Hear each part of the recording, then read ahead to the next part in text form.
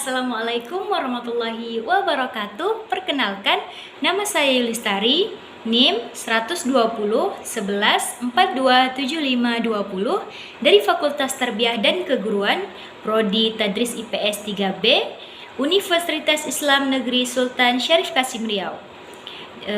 Di video kali ini saya akan membagi cerita mengenai Perang Tabuk, di mana video ini saya buat untuk memenuhi tugas mata kuliah Sejarah Pendidikan Islam yang dibimbing oleh Bapak Haji Doni Putra, LCM HUM. Selamat menyaksikan.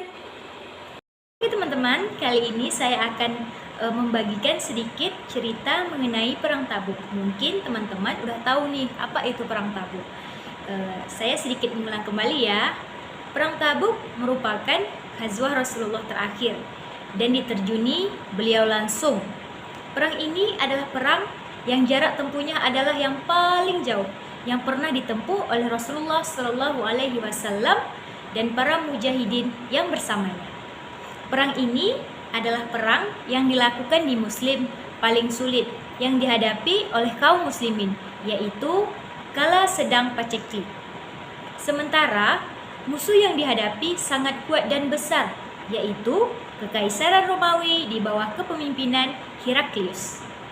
Perang melawan Romawi ini dikenal dengan nama Perang Tabuk karena lokasi yang hendak dituju kaum muslimin bernama Tabuk.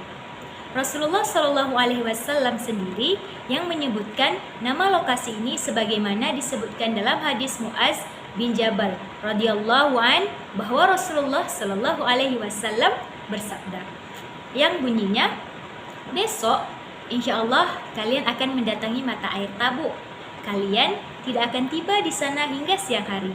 Siapa saja di antara kalian yang telah mendatanginya, maka jangan menyentuh airnya sedikit pun sampai aku tiba. Perang ini mempunyai nama lain, yaitu Ghazwah Usrah atau Perang Al-Usrah. Al-Usrah sendiri memiliki arti yaitu kesulitan atau kesusahan. Nama perang ini disebutkan di dalam Al-Quran Al-Karim dalam surat At-Taubah. Allah Ta'ala berfirman, A'udzu billahi minasyaitonir rajim. Bismillahirrahmanirrahim.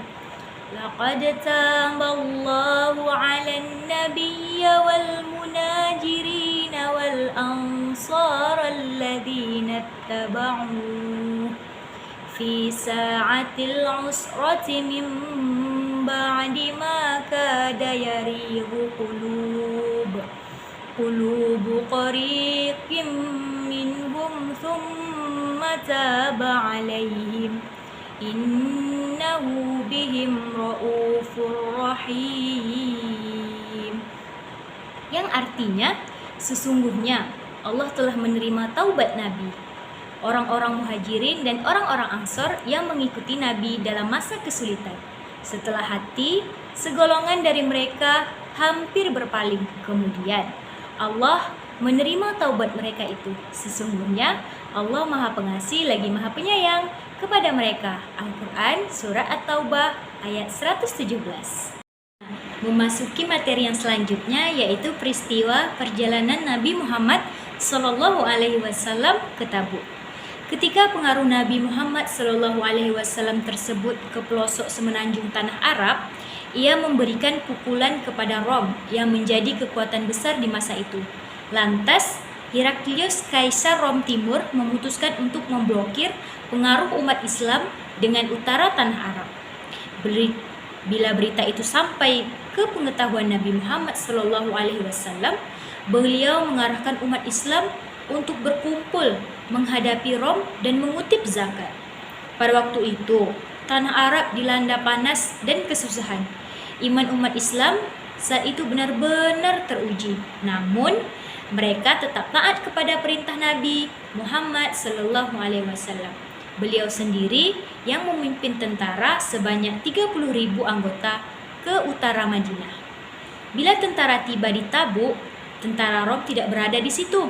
Sebaliknya, Rom menarik diri saat mengetahui serangan pasukan Nabi Muhammad SAW yang lebih banyak.